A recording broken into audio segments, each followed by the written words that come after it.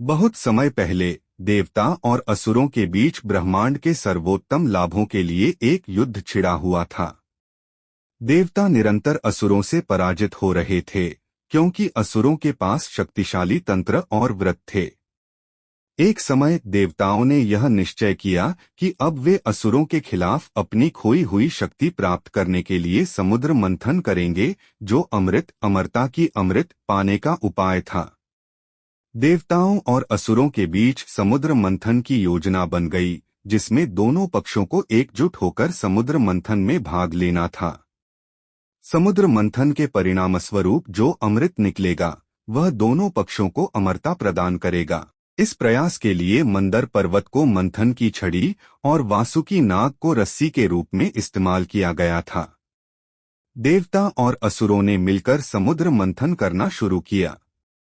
मंथन की प्रक्रिया काफी कठिन थी, लेकिन धीरे धीरे समुद्र से कई बहुमूल्य रत्न और अन्य चीजें निकलने लगीं। सबसे पहले समुद्र से रत्नों के साथ साथ एक भयंकर विष हलाहल निकला।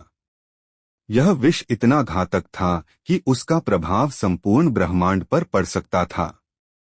वह विष इतना ताकतवर था कि वह देवताओं और असुरों दोनों को नष्ट कर सकता था और ब्रह्मांड के समस्त प्राणियों के लिए खतरे का कारण बन सकता था। इस विष के प्रभाव से सब कुछ समाप्त हो सकता था।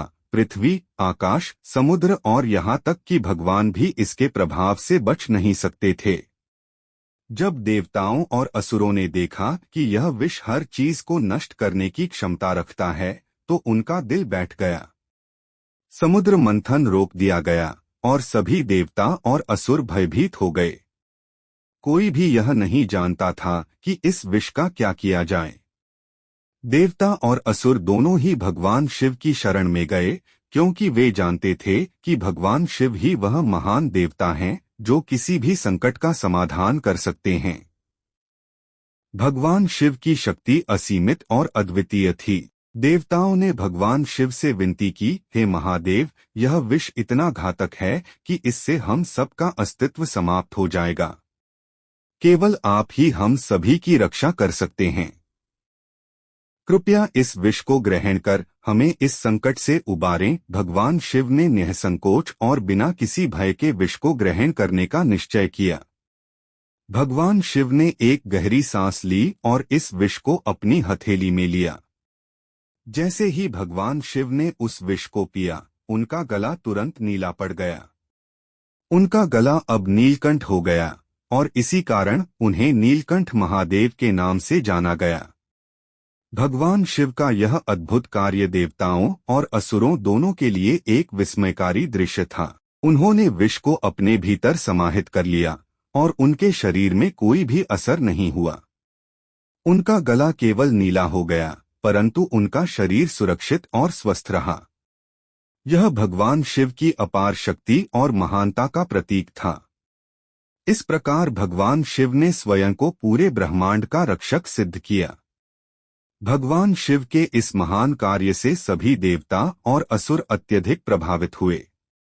वे भगवान शिव की वीरता, त्याग और समर्पण को देखकर अवाक रह गए। भगवान शिव के गले का नीला रंग यह दर्शाता था कि उन्होंने अपनी जीवन रक्षक शक्ति का त्याग किया और अपनी भक्ति और समर्पण से ब्रह्मांड को बचाया। देवताओं और असुरों ने भगवान शिव के इस महान कार्य को श्रद्धा और सम्मान से देखा और भगवान शिव का आभार व्यक्त किया। देवताओं ने भगवान शिव से कहा, हे नीलकंठ महादेव, आपने हमें बचाया है। आप हमारे रक्षक हैं और हम आपके इस महान कार्य के लिए सदैव कृतज्ञ रहेंगे। भले ही भगवान शिव ने विष को ग्रहण किया और ब्रह्मांड की रक्षा की, लेकिन इस घटना ने देवताओं और असुरों को एक महत्वपूर्ण शिक्षा दी। असुरों ने भी भगवान शिव के बलिदान को समझा और उनका सम्मान किया। भगवान शिव ने यह सिद्ध कर दिया कि कोई भी संकट आए, यदि धैर्य और समर्पण का मार्ग अपनाया जाए, तो उस संकट से उबरा जा सकता है। भगवान शिव के इस महान कार्य ने उन्हें न केवल देवताओं और असुरों बल्कि संपूर्ण ब्रह्मांड का रक्षक बना दिया।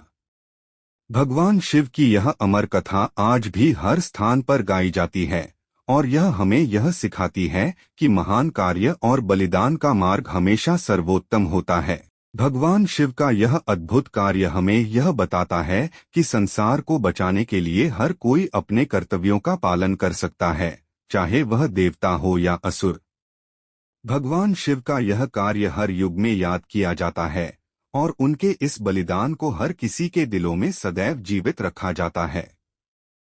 भगवान शिव की नीलकंठ महादेव की कथा एक अमर कहानी बन गई है, जो हमें यह समझाती है कि किसी भी संकट का सामना करने के लिए साहस, धैर्य और समर्पण आवश्यक है। भगवान शिव ने विष को ग्रहण कर यह सिद्ध कर दिया कि वह केवल शक्ति से नहीं बल्कि त्याग और बलिदान से महान होते हैं।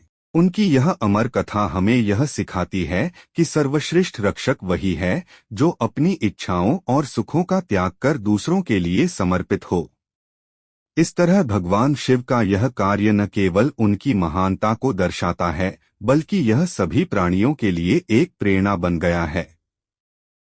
उनकी यह कथा न केवल धार्मिक दृष्टि से महत्वपूर्ण है, बल्कि यह जीवन के कठिनतम क्षणों में भी हमें सही मार्गदर्शन देने वाली है। नीलकंठ महादेव की यह अमर कथा हम सभी के दिलों में सदैव अमर रहेगी। समाप्त।